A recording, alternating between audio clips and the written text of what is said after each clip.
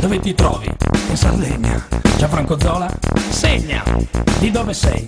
Campidaneso. Che cosa ascolti? Sono guoreso. E come vivi? Pascolando. I contributi?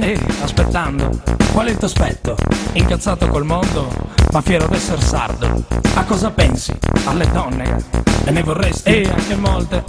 E poi le trovi? Poche volte. Che risultati hai? Basta stai. Che risultati hai? Basta stai. Vieni in Sardegna insieme a me per vedere cosa di speciale c'è.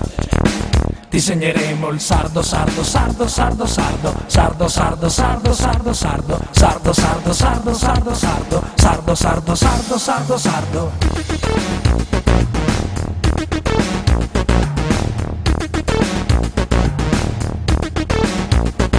Cosa c'è a Sassari? I candelieri. Cosa c'è a Oristano? I cavalieri. Cosa c'è a Nuoro? Il Redentore. Cosa c'è a Cagliari? Il Bastione. Vieni in Sardegna insieme a me per vedere cosa di speciale c'è. Nel mio mondo sardo, sardo, sardo, sardo, sardo, sardo, sardo, sardo, sardo, sardo, sardo, sardo, sardo, sardo, sardo, sardo, sardo, sardo, sardo, sardo. Che stai facendo? Pisciando. E adesso? Scuttolando. Innamorato? Già lo credo. E lei ti ama? Ha un altro uomo. Come vai in giro? In Vespino? Sotto la sella? Il pecorino? Il tuo fondo schiena?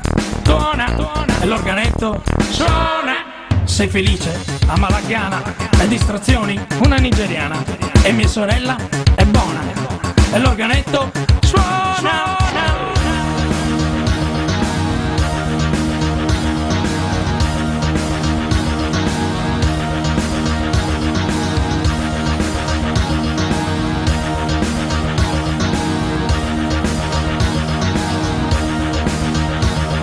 Sardegna insieme a me per vedere cosa di speciale c'è.